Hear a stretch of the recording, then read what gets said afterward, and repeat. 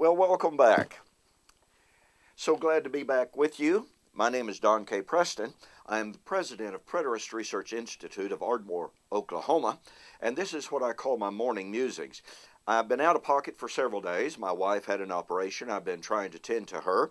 And by the way, thank you so much for all of the private emails expressing concern and the prayers that have been offered on her behalf. She's doing very well, thank you. And again, we appreciate it. By the way, before I go any further, I'm just so glad to be able to announce the availability of two brand new books. Number one is the book form of the McDermott-Preston debate that was held in Ardmore, Oklahoma, July of 2012.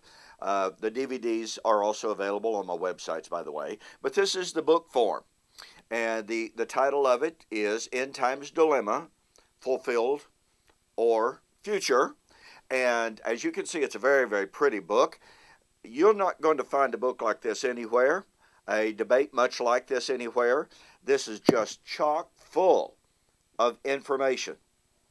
Secondly, a book entitled AD 70, A Shadow of the Real End, ?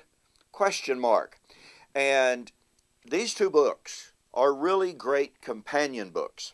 And they are now available on my website, www.eschatology.org or www.bibleprophecy.com. And I will be posting a very, very special promotional package of the two books on both websites in the very, very near future. They're so new, they're just now posted. You can get them, by the way, on Kindle. So go to Amazon and do that. But I'm very excited about the availability of both books. Now, I've been sharing with you some thoughts of a thumbnail sketch of what is covenant eschatology. People have heard me use that term, and they say, well, explain it in simple and simplified form. So what I've been demonstrating is that biblical eschatology is not about the end of human history, i.e. historical eschatology. Rather, the story of biblical eschatology is the end of a covenant age, that covenant representing death, embodying the death of Adam. Adam and Eve were threatened with death the day they ate the fruit. In the day you eat, you will surely die. The death that they died that day was then embodied under Torah, the law of Moses. The law of Moses came to be known as the ministration of death. Paul said that under Torah, he relived the story of Adam. Paul said that it was through violation of Torah that he had, past tense, died. Just like Adam had died when the commandment of God came and he violated the commandment and he died that very day.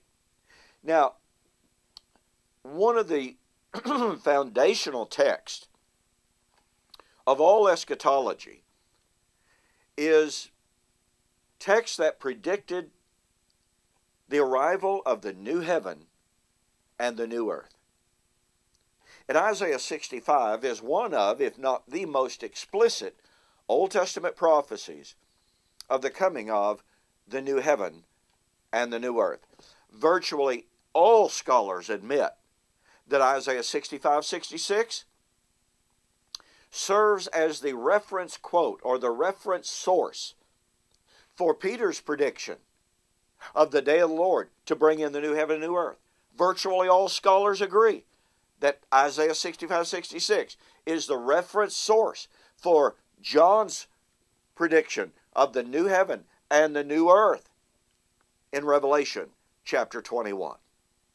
Well, what virtually all commentators overlook or ignore because it's inconvenient is the fact that Isaiah 65 and Isaiah 66 are both indisputably, irrefutably, undeniably about covenant eschatology. That is to say, they are both about the end of the old covenant world of Israel. They are not about the end of time or the end of the Christian age. Gather this. Grasp and catch the power of this.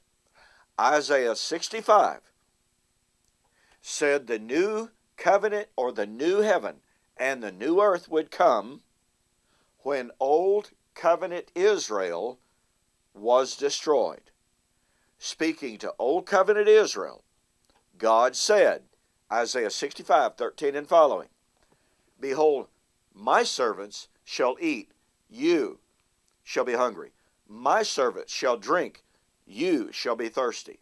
My servant shall sing for gladness of heart, you shall wail for sorrow of heart. For you will leave your name for a curse to my chosen. For behold, I create new heavens and a new earth." Listen to me very carefully. I don't care what your concept of eschatology is. If your idea of the new heaven and the new earth does not involve the arrival of the new heaven and the new earth at the time of the destruction of old covenant Israel, then you have the wrong concept of the new heaven and the new earth. And we'll have more on this very topic, but don't forget, I cover Isaiah 65 and 66 extensively in my book, The Elements Shall Melt with Fervent Heat. It's available on both of my websites, www.eschatology.org, www.bibleprophecy.com. If you want one of the fullest discussions of Isaiah 65 and 66, one of the fullest discussions of the new creation, get my book, The Elements Shall Melt with Fervent Heat. Mention that you saw the offer on YouTube or Facebook, and I'll pay your shipping. Hey, thanks again for joining me for this morning's Morning Musings. We'll see you on the flip side. You have a wonderful day.